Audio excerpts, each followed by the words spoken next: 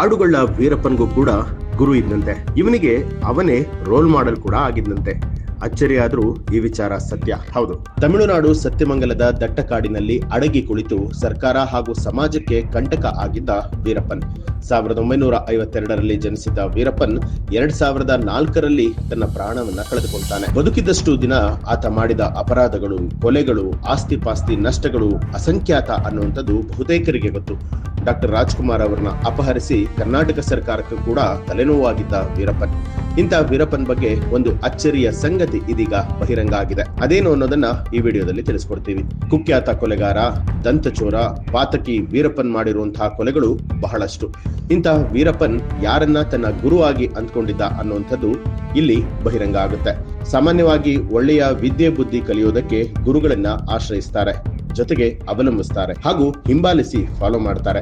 ಆದ್ರೆ ವೀರಪ್ಪನ್ ತಾನು ಮಾಡ್ತಾ ಇದ್ದಂತಹ ಕೆಟ್ಟ ಕೆಲಸಕ್ಕೂ ಕೂಡ ಒಬ್ಬ ಗುರುವನ್ನ ಆರಾಧಿಸುತ್ತಾ ಪ್ರೇರಣೆ ಪಡೆದುಕೊಂಡಿದ್ದ. ವೀರಪ್ಪನ್ಗೆ ಕೂಡ ಗುರುಗಳು ಇದ್ರು ಅಂದ್ರೆ ಯಾರಿಗೂ ಕೂಡ ನಂಬೋದಕ್ಕೆ ಅಸಾಧ್ಯ. ತಮಿಳುನಾಡಿನ ಮೆಟ್ಟೂರು ಡ್ಯಾಂಗೆ ಹತ್ತಿರ ಇರುವಂತ ಮೆಚೂರಿ ಗ್ರಾಮದಲ್ಲಿ ಅಯ್ಯನ್ ದೊರೆ ಅಲಿಯಾಸ್ ಮಾಂಬಟ್ಟಿಯನ್ ಅನ್ನುವಂತ ವ್ಯಕ್ತಿಯೊಬ್ಬ ಇದ್ದ. ಈತನೇ ವೀರಪ್ಪನ್ಗೆ ಬಹಳಷ್ಟು ಸ್ಫೂರ್ತಿಯಾಗಿದ್ದಂತೆ. ಅದು ಹೇಗೆ ಅನ್ನುವಂಥದ್ದಾದ್ರೆ, ಆತನ ತಂದೆಯ ಪ್ರಾಣ ತೆಗೆದ ಕಿಡಿಗೇಡಿಗಳ ಪ್ರಾಣವನ್ನ ತೆಗೆದು ಪೊಲೀಸರ ಕಣ್ತಪ್ಪಿಸಿ ಆತ ತಲೆಮರೆಸಿಕೊಂಡಿದ್ದ.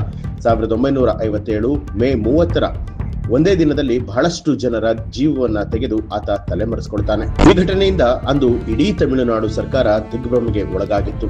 ಆತನ ಪತ್ತೆಗೆ ಆಗ ವಿಶೇಷ ತನಿಖಾ ದಳವನ್ನ ಕೂಡ ರಚನೆ ಮಾಡಲಾಗಿತ್ತು. ಆದ್ರೆ ಆತ ಯಾರಿಗೂ ಕೂಡ ಸಿಗೋದಿಲ್ಲ. ಕೊನೆಗೆ ಅನಿವಾರ್ಯವಾಗಿ ಅಂದು ಆತನನ್ನ ಯಾರು ಹುಡುಕಿ ಕೊಡ್ತಾರೋ ಅವರಿಗೆ 5,000 ರೂಪಾಯಿ ನಗದು, 5 ಎಕರೆ ಜಮೀನು ಹಾಗೂ ಹೊಗೆನಕಲ್ನಲ್ಲಿ ಮೀನು ಹಿಡಿಯುವಂತ ಲೈಸೆನ್ಸ್ ಜೊತೆಗೆ ಬಂದೂಕನ್ನ ಕೂಡ ಸರ್ಕಾರ ಬಹುಮಾನವಾಗಿ ಕೊಡೋದಾಗಿ ಘೋಷಣೆಯನ್ನ ಮಾಡುತ್ತೆ.